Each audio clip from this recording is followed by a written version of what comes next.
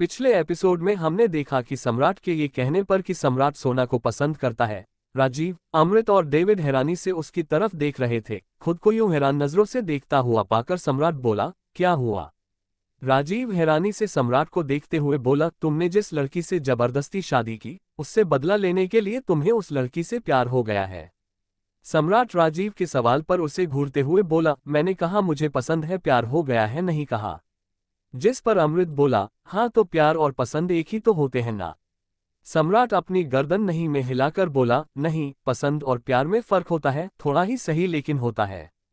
सभी कंफ्यूज भरी नजरों से सम्राट की तरफ देखने लगते हैं, जिस पर सम्राट आगे कहता है, बकवास भरी बातें सोचना बंद करो और जाओ अपने अपने काम में लगो। अमृत शरारती मुस्कान के साथ बोला, क्या तुम आज सोना से मिलने जाने वाले हो? सम्राट तिरछी नजर अमृत पर डालने के बाद बोला, नहीं, कल मिलने जाऊंगा। राजीव सम्राट का चस्का लेते हुए बोला, एक बात बताओ, जब तुम्हारी बीवी पगफेरे के रस्म के लिए सिर्फ एक रात के लिए गई थी, तो तुम उसके पीछे दौड़े चले गए थे, और इस बार तो?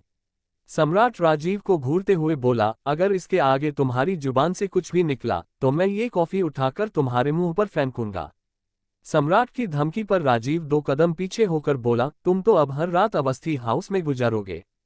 सम्राट राजीव को घूरते हुए बोला, मैं सिर्फ मॉर्निंग टाइम में जाऊंगा, उसका हाल चाल पूछकर वापस आ जाऊंगा। अमृत अपनी गर्दन हिलाते हुए बोला, देखते हैं। सम्राट उन दोनों को घूरते हुए बोला, तुम दोनों इस दुनिया से गायब क्यों नहीं हो जाते? राजीव दांत दिखाते हुए बोला, ताकि तुम सोना के साथ और ज्यादा रोमांस कर सको। सम्राट उन दोनों को इग्नोर करते हुए कॉन्फ्रेंस रूम से निकल जाता है, और वो दोनों एक दूसरे को देख हंसने लगते हैं। डेविड अमृत की तरफ देखते हुए बोला, बॉस आप दोनों को छोड़ेंगे नहीं और मुझे बहुत मजा आएगा। इतना कहकर डेविड भी कॉन्फ्रेंस रूम से बाहर चला जाता है। अमृत और राजीव डेविड को जाता हुआ देख एक साथ बोले, हमारी खुशी से जलता है साला। राजीव और अमृत अपना सिर हिलाते हैं और दोनों अपने अपने केबिन की तरफ चले जाते हैं। Shanghai hotel. शोभित ऑफिस से सीधा अपनी डेट के लिए आ गया था। उसने इस वक्त normal royal blue and grey pant, black shoes, हाथों में रिस्ट वॉच पहने अपनी डेट के आने का इंतजार कर रहा था। तभी एक लड़की उसके कंधे पर टैप करती है। शोभित पलटकर उस लड़की की तरफ देखता है, जो सफेद रंग के सलवार सूट में खड़ी हुई थी और उसके सलवार सूट में हाथों से खूबसूरत फूलों की कारीगरी की गई थी। उसने एक काले रंग की सुंदर सी बिंदी और अपने बालों को खुला छोड़ दिया था। शोभित अपने कुर्सी से खड़ा हो उस लड़की की तरफ देखते हुए बोला, पूरे 15 मिनट 25 सेकंड लेट हो, and I don't like latecomers. Shobhit की बात पर वो लड़की हल्की मुस्कान के साथ बोली, आई एम सॉरी, मुझे आपके आदत के बारे में पता नहीं था। अगली बार अगर मुलाकात हुई तो ऐसी गलती नहीं करूंगी। शोभित उस लड़की के लिए कुर्सी खींचता है तो वो लड़की आकर कुर्सी पर बैठ जाती है। शोभित बात आगे बढ़ाते हुए बोला, आप चाय लेंगी या फिर कॉफी? वो लड़की शोभित की बात पर बोली, चाय लूंगी, और मेरा नाम प्रज्ञा सोलंकी है, तो अच्छा होगा कि आप मुझे प्रज्ञा कहें। शोभित प्रज्ञा की बात पर बोला, ना ही हम दोस्त हैं और ना ही हमारी इतनी जान पहचान है, तो मिस सोलंकी मैं आपको आप ही कहूंगा। प्रज्ञा शोभित की बात पर हल्का हंसकर बोली, आप काफी ईगोस्टिक है। शोभित प्रज्ञा की बात पर बोला, इसे ईगो नहीं कहते, इसे मैनर्स कहते हैं, और उससे भी जरूरी मैं जल्दी किसी के साथ फ्रेंडली नहीं होता। प्रज्ञा शोभित की बात पर बोली, इसका मतलब यह है कि हम जब भी मिलेंगे तो आप मुझे मैनर्स के बारे में बताएंगे कि कैसे किससे बात किया जाता है। शोभित अपना सिर हिलाकर बोला, आपके बात करने के लहजे से पता चलेगा कि आपको सिखाना चाहिए या फिर आप पहले से ही टैलेंटेड हैं। प्रज्ञा मुस्कुराते हुए बोली, आप एक बात बताएं, आप पहली बार डेट पर आए हो या फिर पहले भी आ चुके हैं? शोभित प्रज्ञा की बात पर बोला, मैं कल ही एक डेट पर गया था अपने बच्चे के साथ। प्रज्ञा हैरानी से बोली, बच्चा, आप पहले से शादीशुदा हो? शोभित अपनी गर्दन नहीं में हिलाकर बोला, नहीं, मेरी शादी नहीं हुई है, लेकिन मैं एक गार्जियन हूँ।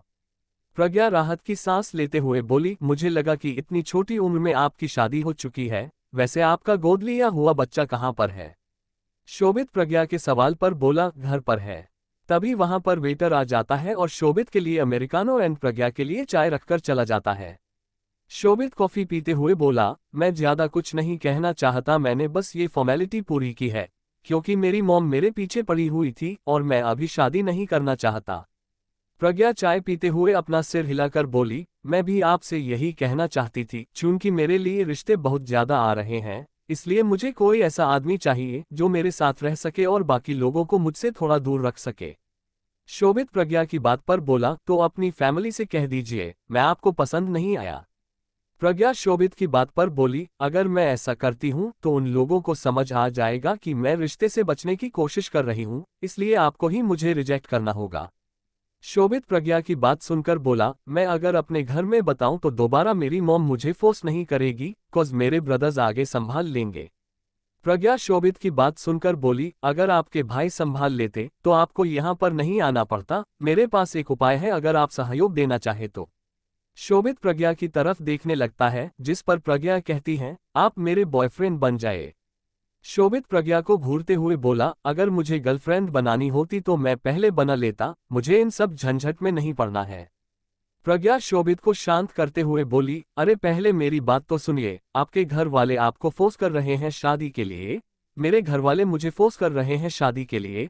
अगर हम घर वालों को कहें कि हम दोनों फिलहाल के लिए एक दूसरे को डेट करना चाहते हैं तो दोनों तरफ से फोर्स नहीं होगा, बाकी आपकी मर्जी। इतना कहकर प्रज्ञा फिर से चाय का शीप लेने लगती है। शोभित कुछ देर प्रज्ञा की बात को सोचने के बाद बोला, और ये नाटक कितने वक्त तक रहेगा? प्रज्ञा शोभित के सवाल पर बोली, क्या आपको मैं अच्छी नहीं लगी? शोभित प्रज्ञा को ऊपर से लेकर नीचे तक देखते हुए बोला, दिखने में तो अच्छी खासी हो और बात भी अच्छी कर लेती हो, बस थोड़ी सी टाइमिंग सुधारने पड़ेगी, बाकी आप ठीक हो, लेकिन इससे आपके प्लान में और आपके दिखने में क्या लेना देना है? प्रज्ञा शोभित की बात पर बोली, करेक्ट, इससे लेना देना है, अगर बाद में आपको धीरे धीरे मुझसे प्यार हो गया तो हम दोनों शादी कर लेंगे, लेकिन तब तक बस नाटक करेंगे। शोभित व्यंग भरी हंसी के साथ बोला, बहुत बकवास प्लान है, मुझे बिल्कुल पसंद नहीं आया, इसलिए आप कोई और ढूंढ लीजिए। प्रज्ञा जल्दी से बोली, 2 महीने बाद हम दोनों ब्रेकअप कर लेंगे घर वालों के नज़र में। शोभित अपना सिर हिलाकर बोला, सोचकर बताऊंगा, बाकी डेट अच्छी थी, अब मुझे जाना होगा क्योंकि। तभी शोभित का फोन बजने लगता है। शोभित प्रज्ञा को एक्सक्यूज मी कहकर कॉल अटेंड करता है तो दूसरी तरफ से विप्लव कहता है, ब्रो बनी रो रही है। शोभित कुर्सी से खड़ा होते हुए बोला, क्या हुआ उससे, क्यों रो रही है वो? विप्लव जवाब देते हुए बोला, उससे कॉलेज में कुछ लड़कों ने परेशान किया, इसलिए रो रही है। शोभित बिना प्रज्ञा से कुछ कहे सीधा होटल से बाहर आते हुए विप्लव से बोला, तुम जहां पर हो लोकेशन सेंड करो, आ रहा हूं मैं। इतना कहकर शोभित कॉल कट कर देता है और अपनी गाड़ी में बैठ सीधा इंदिरा गांधी यूनिवर्सिटी के लिए निकल जाता है। इधर Amravati Mittal mention, Kavya main hall में बैठी बुक में कुछ डिजाइन्स ड्रॉ करते हुए टीवी में गाने सुन रही थी। कशिश अपनी कुछ फाइल लेने के लिए घर आया हुआ था, वो एक नज़र काव्या पर डालकर सीधा अपने कमरे की तरफ चला जाता है। कुछ देर बाद कशिश की आवाज आती है, काव्या, रेड कलर की फाइल कहाँ पर है? काव्या कशिश की आवाज को इग्नोर करते हुए फिर से अपने काम पर फोकस करने लगती है। कशिश नीचे आकर गुस्से में उसके हाथ से ड्राइंग बुक छीनकर फेंक देता है और चिल्लाकर कहता है, क्या मैं तुम्हें कुत्ता नजर आ रहा हूं जो चिल्ला रहा था? तुम्हें जवाब नहीं दे सकती हो क्या? काव्या कशिश को घूरते हुए बोली, आपका सामान है ना, तो आपको पता होगा कहां पर खजाने की तरह छुपाकर रखते हो, मुझे क्या पता? कशिश दांत पीसकर बोला, जरूरत से ज्यादा मत बोला करो वरना किसी दिन। काव्या कशिश की बात पर बोली, वरना क्या करोगे, मारोगे मुझे? कशिश काव्या की ड्राइंग बुक से सारे डिजाइन्स को फाड़कर फेंक देता है, जिसे देखकर काव्या को बहुत गुस्सा आता है और वो कॉफी टेबल पर रखा फ्लावर वास उठाकर जमीन पर पटक देती है। कशिश काव्या के बालों में अपना हाथ डालते हुए मजबूती से उसके बाल को पकड़ अपने चेहरे के बिल्कुल पास लाकर बोला, काव्या ओबरॉय, मेरे सब्र का इम्तिहान मत लो, बहुत दर्द होगा तुम्हें। काव्या अपनी आंखों में नमी लिए कशिश को देखते हुए बोली, आपने मेरी सारी मेहनत बेकार कर दी, तो क्या मैं अपना गुस्सा भी नहीं निकाल सकती? कशिश काव्या के बालों को छोड़ देता है और उसे सोफे पर धकेलकर कहता है, I hate you and I hate Oberois. Kavya Kashish को घूरते हुए बोली, मुझे भी कोई आपसे मोहब्बत नहीं हो गई है, जो आप मेरे सामने तानाशाही दिखा रहे हो, और आप जैसा इंसान अकेला रहना ही डिजर्व करता है, उसे खुशी मिलने का कोई हक नहीं है, जो दूसरों की जिंदगी से खुशी छीनते हैं। कशिश एक जोरदार थप्पड़ काव्या के गाल पर जड़ देता है। काव्या का चेहरा एक तरफ झुक जाता है, उसके गोरे गाल पर कशिश के उंगलियों के निशान थे। काव्या की आंखों में आंसू आ जाते हैं और वो कशिश की तरफ देखते हुए कहती है, दर्द हो रहा है? जब मैंने कुछ कहा तो आपको दर्द हो रहा है? कशिश अपनी मुट्ठी मजबूती से बंद कर काव्या को घूरते हुए बोला, मुझसे बात मत किया करो, तुम जैसी घटिया लड़की कभी किसी की नहीं हो सकती। काव्या सोफे से खड़ी हो कशिश पर चिल्लाते हुए बोली, घटियापन आपने किया, जबरदस्ती मुझसे शादी की, मुझे किडनैप किया और घटिया मैं हो गई। कौन सी घटिया हरकत की है मैंने? कशिश काव्या को घूरते हुए बोला, ये बात कभी मत भूलना काव्या ओबरॉय की तुम शादी के मंडप को छोड़कर भागी थी। काव्या कशिश के गाल पर एक थप्पड़ जड़ देती है। कशिश का चेहरा गुस्से से तमतमा उठता है। वो कशिश को धक्का देते हुए बोली, मैं अपनी सुधांशु के लिए भागी थी, आप जैसे जाहिल इंसान के लिए नहीं, उससे भी जरूरी बात है। मैंने नहीं कहा था आपसे शादी करने के लिए और ना ही मेरे घर वालों ने आपके आगे हाथ जोड़ा था मुझसे शादी करने के लिए, जो आप मुझ पर धौंस जमा रहे हो। ये कहते हुए काव्या कशिश को धक्का दिए जा रही थी। कशिश काव्या के हाथ को पकड़ उसके बालों में हाथ डालकर उसके होठों के बिल्कुल करीब आकर बोला, जाकर पूछो अपने भाई से, अपने बाप से, किस करनी की सजा तुम भुगत रही हो मेरी जिंदगी में आकर, और तुम्हें क्या लगता है तुम मेरी बीवी बन सकती हो? कभी नहीं। ये शादी, तुम्हारा यहाँ रहना सब कांच के टुकड़े की तरह बिखर कर रख दूंगा मैं, और तुम्हारी इज्जत भी। ये कहते हुए कशिश के होंठ काव्या के होठों को छू रहे थे। काव्या कशिश को खुद से दूर करने की कोशिश करती है तो कशिश उसे और मजबूती से अपने सीने से चिपकाते हुए कहता है, क्यों मेरा छुअन तुम्हें अजीब लग रहा है? दर्द हो रहा है तुम्हें? काव्या अपनी आंखें मजबूती से बंद कर धीरे से बोली, leave me please. Kashish 2 minute Kavya को देखने के बाद उसके निचले होंठ पर बाइट करते हुए उसे छोड़ देता है और बिना काव्या से बात किए मेंशन से बाहर चला जाता है। काव्या अपने सांसों को कंट्रोल करते हुए सीधा कमरे की तरफ भाग जाती है। सारे सर्वेंट उन दोनों के झगड़े को देखकर पहले से ही वहां से जा चुके थे। Indira Gandhi university canteen area. Shobhit की कार आकर यूनिवर्सिटी में रुकती है। शोभित सीधा कैंटीन की तरफ चला आता है तो देखता है अदिति रोते हुए सैंडविच खा रही थी। शोभित एक गहरी सांस ले अदिति के पास आकर बोला, या तो पहले खा लो या फिर पहले रो लो। अदिति शोभित की आवाज पर मुड़कर उसकी तरफ देखती है और रोते हुए शोभित को गले लगाकर कहती है, उन लोगों ने मेरे पास से चॉकलेट ले लिया। विप्लव शोभित की तरफ देखते हुए बोला, भाई मुझे समझ नहीं आता मैं इस लड़की का क्या करूं, किसी से बात नहीं करती और उससे भी जरूरी, अगर कोई कुछ कह दे तो रोते हुए आ जाती है मेरे पास। शोभित विप्लव को घूरते हुए बोला, मैंने तुम्हें कहा था कि तुम अदिति का ख्याल रखना, छोटी छोटी दिक्कत के लिए क्या तुम मुझे कॉल करते रहोगे? विप्लव बेचारा सा मुंह बनाकर बोला, मैंने उसे खाने के लिए तो दिया ना। शोभित इधर उधर देखते हुए बोला, रिया कहाँ है? जिस पर विप्लव मुंह बनाते हुए बोला, रिया की फैमिली में किसी की शादी है, इसलिए वो आज कॉलेज नहीं आई। शोभित अपना सिर हिलाते हुए बोला, कौन है वो लड़के जो इसे परेशान कर रहे थे? अदिति सुबकते हुए बोली, वो लोग चले गए क्योंकि कॉलेज हावर खत्म हो गया ना, कल आएंगे। शोभित अदिति के सिर पर हल्का सा मारकर बोला, क्या तुम एक मुक्का मारकर उनका दांत नहीं तोड़ सकती हो? अदिति मासूम सा चेहरा बना शोभित की तरफ देखते हुए बोली, मैं तो उनकी पूरी हड्डियां तोड़ सकती हूँ, लेकिन किसी ने आपके पास कंप्लेन किया तो आप मुझे डांटोगे ना? शोभित आह भरते हुए बोला, मुझे समझ नहीं आता मैं तुम्हारा क्या करूं अदिति। विप्लव शोभित की तरफ देखते हुए बोला, भाई क्या अब हम घर चले? अदिति विप्लव की तरफ देखते हुए बोली, वापी तुम मुझे पिंगी बैग दो ना और सीनियर हम दोनों का बैग लेकर आएंगे। शोभित अदिति को अपनी गोद में उठाते हुए बोला, चुपचाप चलो, बड़ी आए पिंगी बैग वाली। विप्लव उन दोनों को देखकर मुस्कुरा देता है और उनके पीछे बैग लेकर चला आता है। रात का वक्त, अवस्थी हाउस। सोना अपने कमरे में बैठी मोबाइल में सोशल मीडिया अकाउंट खोल स्क्रॉल कर रही थी, तभी उसका फोन बजने लगता है। सोना उसके फोन को देखती है जिसमें सम्राट नाम शो हो रहा था। सोना मुंह बनाते हुए बोली, मेरा बागर बिल्ला सम्राट ओबरॉय है। इतना सोचते हुए सोना कॉल उठाती है और कहती है, अभी याद आ गई आपको मेरी। सम्राट सोना की बात को इग्नोर करते हुए बोला, तुमने खाना खाया, तुम्हें मेडिसिन्स लेनी है? सोना सम्राट के सवाल पर बोली, हाँ मैंने खा लिया, लेकिन मेडिसिन्स नहीं लिए हैं, खा लूंगी थोड़ी देर में। आप बताओ कहाँ पर हो आप? सोना की बात सुनकर सम्राट बोला, मैं अभी ऑफिस पर हूँ, जरूरी काम है जिसे कर रहा हूँ, हो सकता है कि कल सुबह ही घर जाऊं, तुम्हें कुछ चाहिए? सोना कुछ देर सोचने के बाद बोली, आप मेरे लिए आइसक्रीम ला दोगे क्या? सम्राट की आंखें छोटी हो जाती हैं और वो थोड़ी सीरियस टोन में कहता है, तुम्हारी तबीयत ठीक नहीं है, चुपचाप मेडिसिन्स लो और सो जाओ, कल तुमसे मुलाकात होगी। सोना मुंह बनाते हुए बोली, मैंने सोचा था कि आप मुझसे मिलने आओगे। सम्राट एरोगेंट आवाज में बोला, सोना मेडिसिन्स खाओ और सो जाओ। सोना सम्राट की बात सुनकर बोली, अच्छा ठीक है मैं खा रही हूँ, लेकिन आप कॉल में रहो। सोना की बात पर सम्राट कुछ नहीं कहता तो सोना नाइट स्टैंड पर रखे मेडिसिन्स को उठाकर खा लेती है और फोन उठाकर सम्राट से कहती है, खुश हो गए आप? मैंने मेडिसिन खा लिए। सम्राट सोना की बात पर जवाब देते हुए बोला, हो गया ना, चलो सो जाओ, मैं अभी जरूरी काम पर हूँ, गुड नाइट। सोना सम्राट की बात पर बोली, आप कुछ कहना भूल रहे हो। सम्राट कंफ्यूजन में बोला, क्या बोलना भूल रहा हूँ? सोना सम्राट की बात कर मुस्कुराते हुए बोली, आई लव यू। सम्राट हैरानी से बोला, व्हाट? सोना फिर से बोली, आप आई लव यू कहना भूल रहे थे, सच में अनरोमांटिक हो।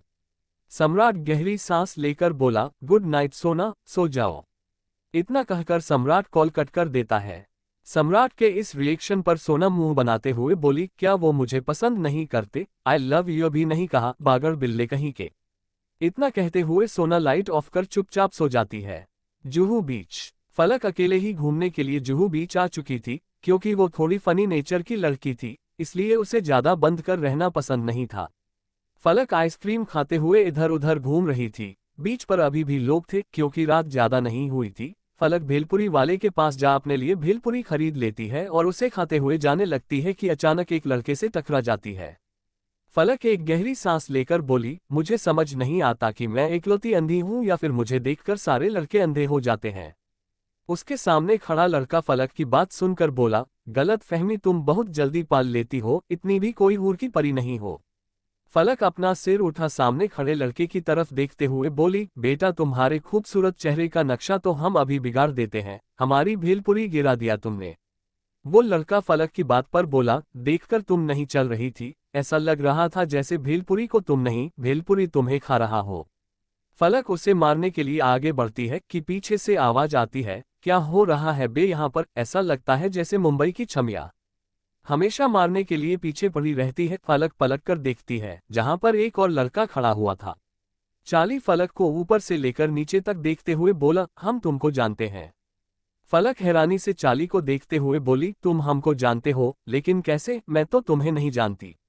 चाली फलक की बात पर बोला, हमने एक दो बार तुम्हें यूट्यूब पर देखा है, लेकिन तुम सामने में ज्यादा खूबसूरत लगती हो। फलक हल्का मुस्कुराकर बोली, थैंक यू तारीफ करने के लिए।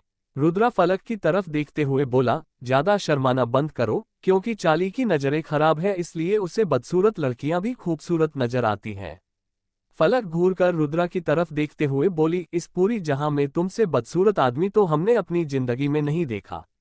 रुद्रा फलक की आंखों में देखते हुए बोला, तो मुझे देखकर आंखें बंद कर लो। फलक अपने दांत पीस लेती है कि तभी एक गोली फलक की आंखों के सामने से होकर गुजरती है, तो रुद्रा जल्दी से फलक को खींचकर अपने पीछे कर लेता है और गाड़ी के पीछे झुकते हुए चाली से कहता है, अबे यार साला चैन से घूमने को भी नहीं मिलता हम लोगों को। फलक हैरानी से रुद्रा की तरफ देखते हुए बोली, क्या तुम लोग गुंडे हो? ओ माय गॉड, मुझे यहाँ से जाना होगा।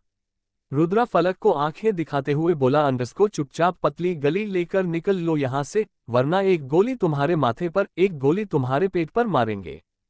फलक रुद्रा को घूरते हुए बोली, कहीं तुम्हें मारने की सुपारी ना दे दूं मैं। इतना कहकर फलक बचते बचाते वहां से रफू चक्कर हो जाती है। फलक वहां से हड़बड़ी में निकलने लगते हैं कि एक आदमी उसे पकड़ लेता है। फलक उस आदमी को मारते हुए बोली, अरे छोड़ो मुझे। चाली उस आदमी के सामने आते हुए बोला, अबे ओ। शक्ति कपूर की सेकंड वर्जन लड़की कह रही है उसको छोड़ो, तुमको समझ नहीं आ रहा है क्या? रुद्रा पीछे से आकर उस आदमी के पैर पर बहुत जोर से लात मारता है, जिस कारण वो आदमी औंधे मुंह जमीन पर गिर जाता है। रुद्रा अपने चेहरे पर आए बालों को पीछे करते हुए उस आदमी के हाथ को पकड़कर मोड़ देता है और एक लात उसके बाह पर मारता है, जिस कारण उसके बाह में क्रैक आ जाता है। रुद्रा रुमाल निकाल अपने माथे पर बांध देता है और उस आदमी के सामने खड़े होकर जाता है, किसने भेजा था तुम्हें? वो आदमी जो कि दर्द से तड़प रहा था, रुद्रा के सवाल पर करहाते हुए बोला, भैरवी। रुद्रा अपनी गन निकालकर उसके माथे के बीच में चला देता है। फलक अपने कान नाक आंख फाड़े रुद्रा को देख रही थी। रुद्रा गन को अपने कमर के पीछे दाग फलक से बोला, निकलो यहाँ से और चाहो तो सुपारी दे सकती हो। फलक चारों तरफ देखती है, जहां पर कोई नहीं था, क्योंकि सभी लोग भाग चुके थे। फलक रुद्रा को घूरते हुए बोली, सब लोगों को भगाने के बाद अब मुझसे कह रहे हो कि मैं घर जाऊं? तुम्हारे ऊपर चढ़कर जाऊंगी क्या? रुद्रा चाली की तरफ देखता है तो चाली फलक से कहता है, चलो मैं तुम्हें छोड़ देता हूं। फलक 2 कदम पीछे होकर बोली, तुम तो शक्ल से ही आशीष विद्यार्थी लगते हो, मैं तुम्हारे साथ नहीं जाऊंगी। रुद्रा चाली के हाथ से कार की चाबी ले फलक से बोला, मेरे साथ चलना है तो सीधा कहो ना, बहाने ढूंढने की जरूरत नहीं है, क्रेजी गर्ल। इतना कहते हुए रुद्रा अपने कदम अपने कार की तरफ बढ़ा देता है। फलक चाली के पास जाकर बोली, इस हॉटी का नाम क्या है? चाली हल्का हंसकर बोला, दिल आ गया क्या? फलक चाली को घूरते हुए बोली, तुम्हारी बत्तीसी निकालकर हाथ में दे दूंगी, बताओ क्या नाम है उसका? चाली एक कार्ड फलक को देते हुए बोला, RK। फलक उस कार्ड को अपने जीन्स के पॉकेट में रख लेती है और चाली के गाल पर किस करके रुद्रा के पीछे चली जाती है। चाली अपने गाल पर हाथ रखे हैरानी से फलक को जाता हुआ देख रहा था, फिर अपनी गाल को सहलाते हुए कहता है, साला मुंबई की लड़कियां बड़ी एडवांस है यार। तभी उसे परछाई नजर आती है कि कोई पीछे से उस पर वार करने वाला है। चाली पलटकर लात उसे मारकर बोला, पीठ पीछे वार ना हम करते हैं और ना ही हमको पसंद है। इतना कहते हुए चाली बीच से निकल जाता है। रुद्रा कार ड्राइव कर रहा था और फलक एकटक उसे देख रही थी। रुद्रा स्मोक करते हुए फलक से बोला, क्या तुम्हें कुछ करने का मन कर रहा है? फलक एक प्यारी सी मुस्कान के साथ बोली, will you be my boyfriend?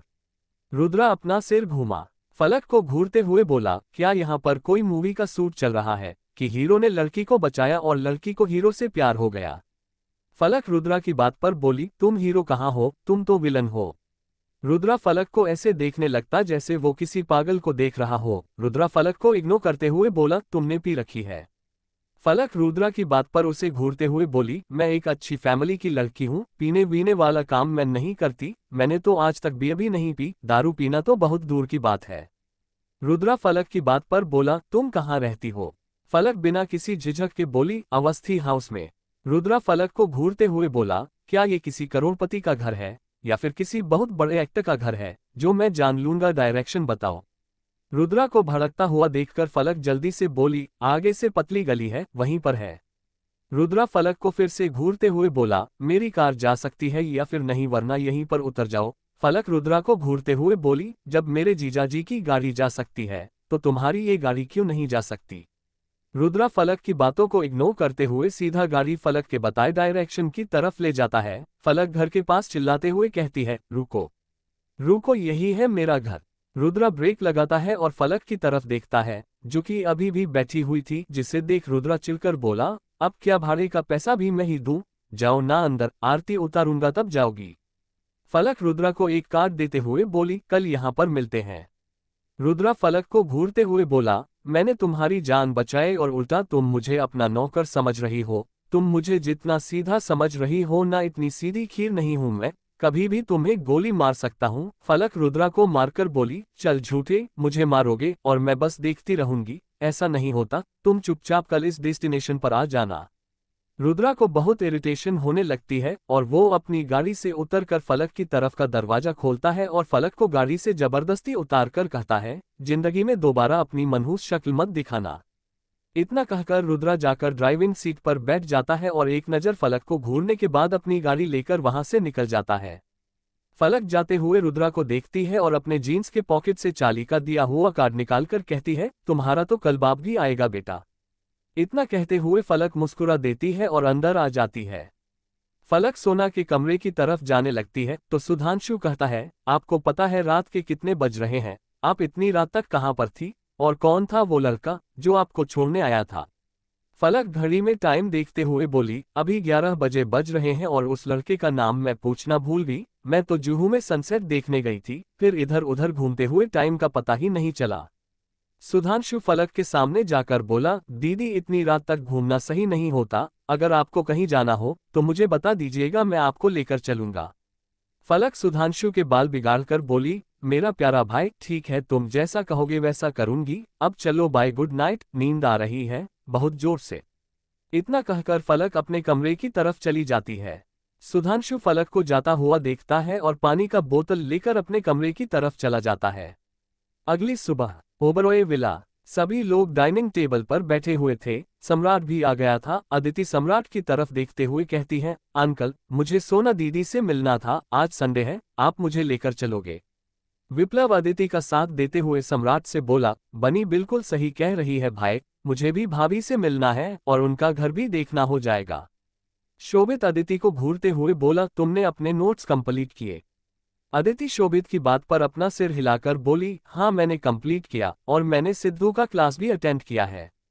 शोभित अदिति को बड़ी शिद्दत से घूरते हुए बोला, भैया सिद्धू नहीं, अदिति शोभित की बात पर बोली, नहीं नहीं सिद्धू, क्योंकि उन्होंने कहा कि मैं उन्हें भैया न कहकर सिद्धू। शोभित दांत पीसकर बोला, अदिति मैंने कहा ना, वो तुम्हारे भैया हैं, इसलिए तुम उसे भैया कहोगी। अदिति पाउट बनाकर बोली, ठीक है। शोभित अदिति के सिर को थपथपाकर बोला, गुड। रचना शोभित की तरफ देखते हुए बोली, कल तुम्हारे डेट का क्या हुआ, क्या तुम्हें प्रज्ञा पसंद आई? विप्लव हैरानी से शोभित की तरफ देखते हुए बोला, ब्रो, आप डेट पर गए थे लेकिन आपने बताया नहीं। शोभित विप्लव को घूरते हुए बोला, क्या पूरे घर में अनाउंस करके जाऊं कि मैं आज डेट पर जा रहा हूं और मॉम ने ब्लाइंड डेट प्लान की थी? रचना उन दोनों के बीच में आते हुए शोभित से बोली, मैंने पूछा तुम्हें प्रज्ञा कैसी लगी? शोभित अपना सिर हिलाकर बोला, अच्छी थी। रचना मुस्कुराकर बोली, तो तुम बताओ तुम दोनों की? शोभित रचना की बात को बीच में काटकर बोला, मॉम वो अपने करियर के शुरुआती दौर पर है और मैं भी अभी शादी नहीं करना चाहता, इसलिए हम दोनों डिसाइड किया कि हम दोनों कुछ वक्त एक दूसरे को डेट करेंगे, एक दूसरे को जानेंगे समझेंगे, उसके बाद डिसाइड करेंगे कि हमें आगे क्या करना है। रचना शोभित की बात सुनकर बोली, अच्छा, और कुछ दिन बाद बहाना बना दोगे कि हम दोनों एक दूसरे को समझ नहीं पाए इसलिए ब्रेकअप कर चुके हैं? मैंने ये ट्राई अपनी शादी के वक्त भी किया था।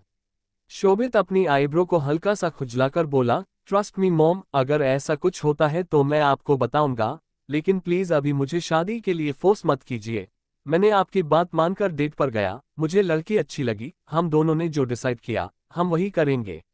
अदिति जो कि शोभित की बातों को सुन रही थी, विप्लव की तरफ देखते हुए बोली, वापी चलो हम सोना दीदी के घर चलते हैं।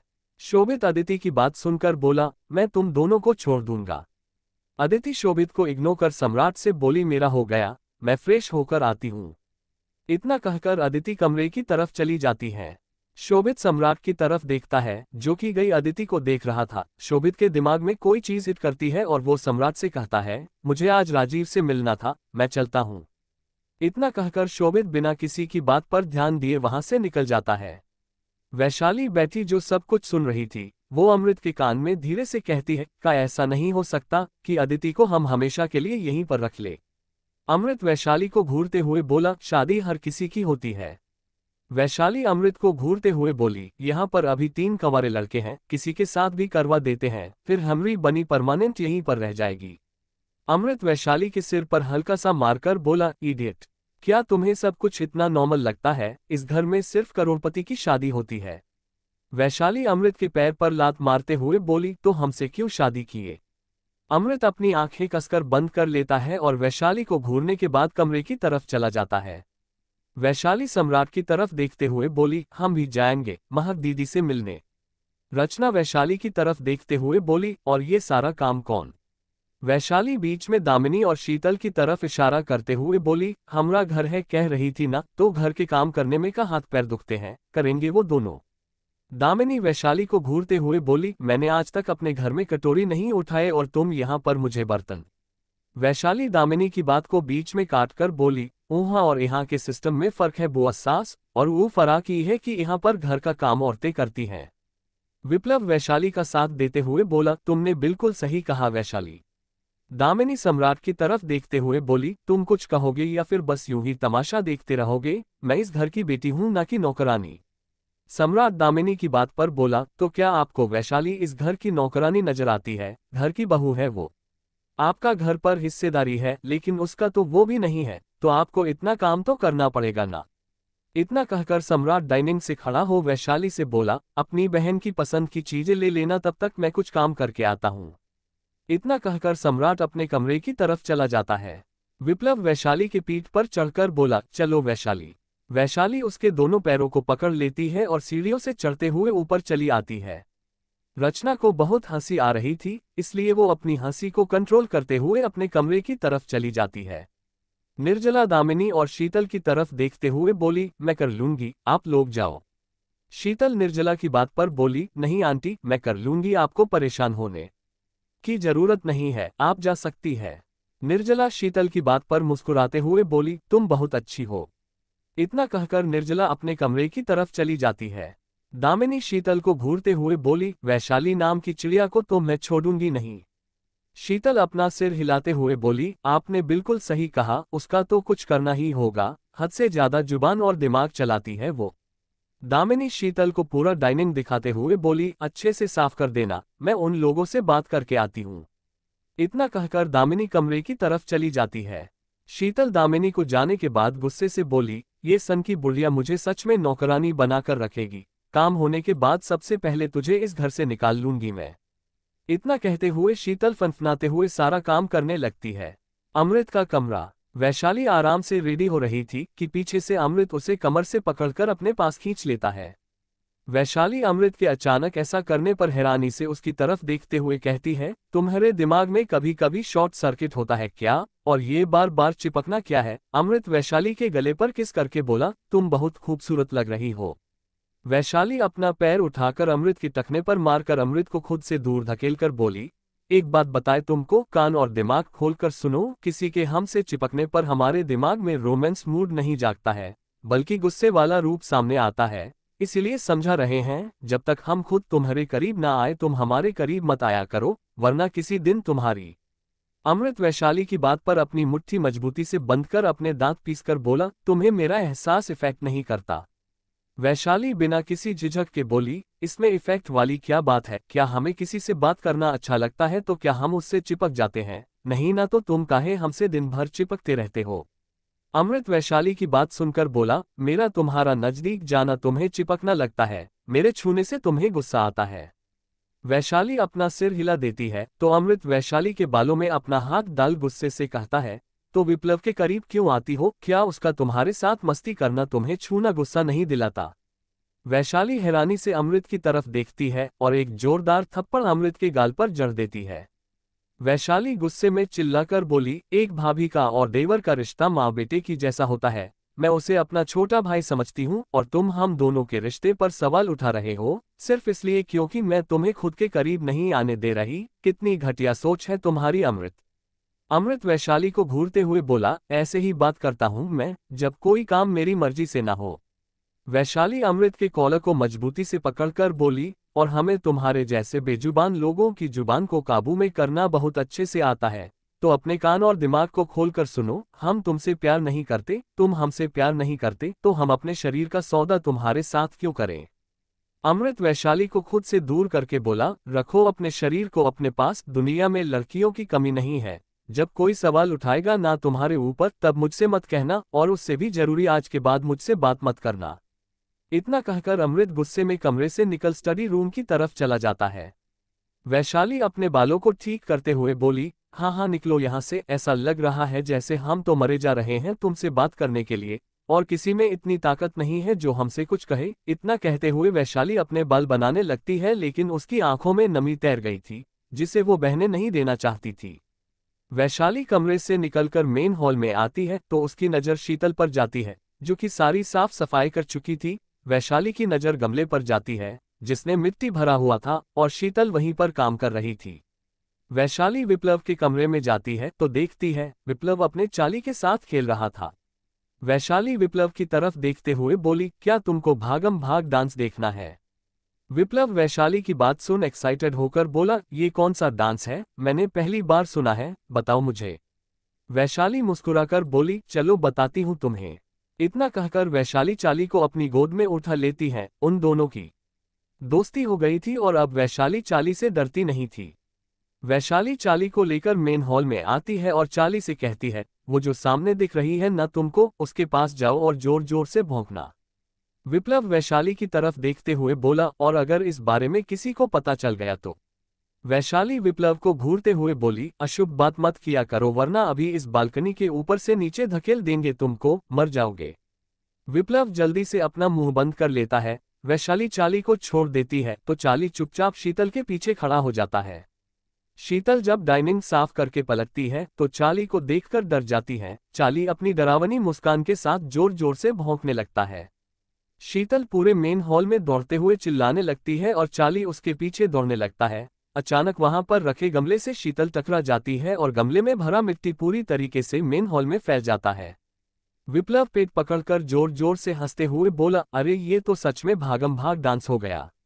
वैशाली विप्लव की तरफ देखते हुए बोली, अब जाकर चुपचाप चाली को पकड़कर ले आओ, वरना काकी सासू देखेगी ना तो तुम और तुम्हारा ये चाली दोनों घर से बाहर हो जाओगे।